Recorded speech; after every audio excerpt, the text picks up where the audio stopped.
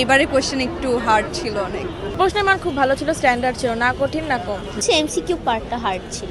আমি আমাকে 100-65 নিজেকে কোনো রেট করা যায় না, সব এখন আল্লাহর উপর। এটাই। পরীক্ষা অনেক ভালো হয়েছে, মোটামুটি সব প্রশ্ন ইজি ছিল, কিন্তু আবার কঠিনও ছিল, কিন্তু স্ট্যান্ডার্ড কোয়েশ্চেন আসছে আর কি, বেশি সহজও না বেশি হার্ডও না। পরীক্ষা দিয়েছি, এখন বাকিটা সৃষ্টিকর্তাই জানে আর কি।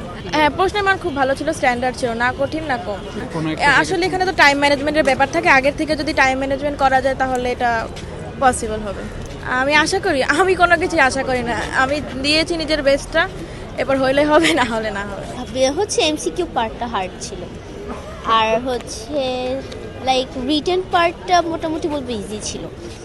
হচ্ছে রিটেন পার্টে মেবি একটু টাইম দিলে ভালো হতো এমসিকিউটা থেকে, কারণ এমসিকিউ অনেকেরই হচ্ছে আগে শেষ হয়ে গেছে, বাট রিটেনে অনেক পুরোটা লিখতে পারেনি।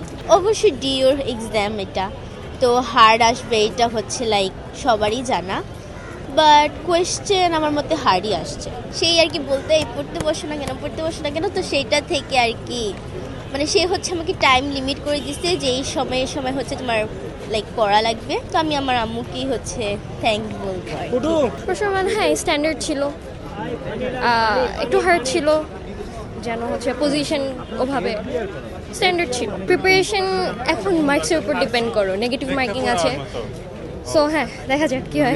নেগেটিভ মার্কিং ওভাবে অ্যান্সার করিনি যেহেতু নেগেটিভ মার্কিং আছে, বাট ট্রাই করেছি সব করার, বেস্টটা দিয়েছি এটাই। আমি আমাকে 100-65 এই টাইপের নেগেটিভ মার্কিং সব কিছু মিলিয়ে, যেহেতু সব অ্যান্সার করতে পারিনি। আব্বু আসছে, আম্মু আসছে, দুজনই আসছে, 3জন প্রফেসর ছিলেন আমাদের ওখানে, 3জনই ভালো ছিলেন। স্ট্যান্ডার্ড ছিল, বাট ভালোই হয়েছে মোটামুটি। হ্যাঁ, প্রিপারেশন ভালো ছিল, কোয়েশ্চেনও স্ট্যান্ডার্ড হয়েছে, আলহামদুলিল্লাহ ভালো হয়েছে। প্রশ্নের মান স্ট্যান্ডার্ড ছিল, ভালো ছিল, মোটামুটি ইজি ছিল, এবং হ্যাঁ ভালোভাবে দিতে পারছে। আশা তো আছে, এখন দেখা যাক। হ্যাঁ, তারা অনেক কোঅপারেটিভ ছিলেন, তারা অনেক ভালোভাবে গাইড দিয়েছেন, কোনো সমস্যা হয়নি। যতটুকু চিন্তা করছিলাম তার থেকে একটু খারাপ হয়েছে, বাট আলহামদুলিল্লাহ সব ঠিকই আছে। কোয়েশ্চেনের মানও ভালো আসছে, আবার হচ্ছে গিয়ে প্রিপারেশনও ভালোই নিয়েছিলাম। অ্যাকাউন্টিংয়ে প্রতি বছর যেমন একটু থিওরি বেশি আসে, এবার একটু কোয়েশ্চেন বেশি আসছে, উইচ ইজ টাফ, বাট করছি আলহামদুলিল্লাহ।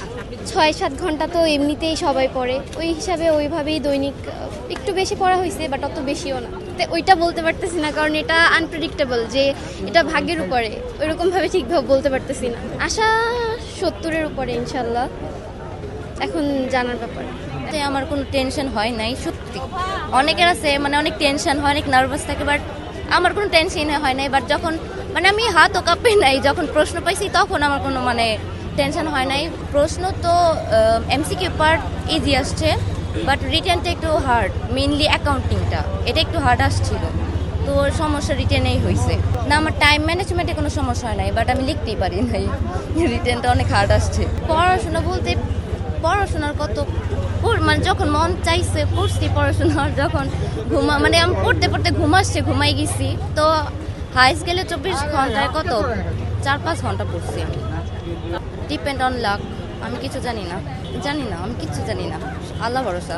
কোয়েশ্চেন ব্যাংক অ্যানালাইসিস করার পর বুঝলাম যে এইবারে কোয়েশ্চেন একটু হার্ড ছিল অনেক, কারণ বলতে পারতেছি না, মানে গতবারের প্যাটার্ন থেকে এইবার না রিটেন ভালো হয়েছে, বাট এমসিকিউতে সমস্যা। প্রিপারেশন ভালোই ছিল, বাট স্পেশালি কোয়েশ্চেনের ম্যানেজমেন্ট আর মার্কেটিং দুইটা একটু ডিফারেন্ট আসছে, লাইক বিগত বছরে যেভাবে আসছে ওই প্যাটার্নে আসে নাই। না, বাট কোয়েশ্চেন ব্যাংক দেখলে তো বোঝা যায় কিভাবে কেমন কোয়েশ্চেন আসছে, ওরকম কোনো কোয়েশ্চেন আসে নাই। নিজেকে কোনো রেট করা যায় না, সব এখন আল্লাহর উপর। এটাই। তখন তো সবাই কনফিডেন্ট লেভেল ভালোই থাকে, বাট কোয়েশ্চেন দেখার পর বোঝা যায় যে অবস্থা কোথায়।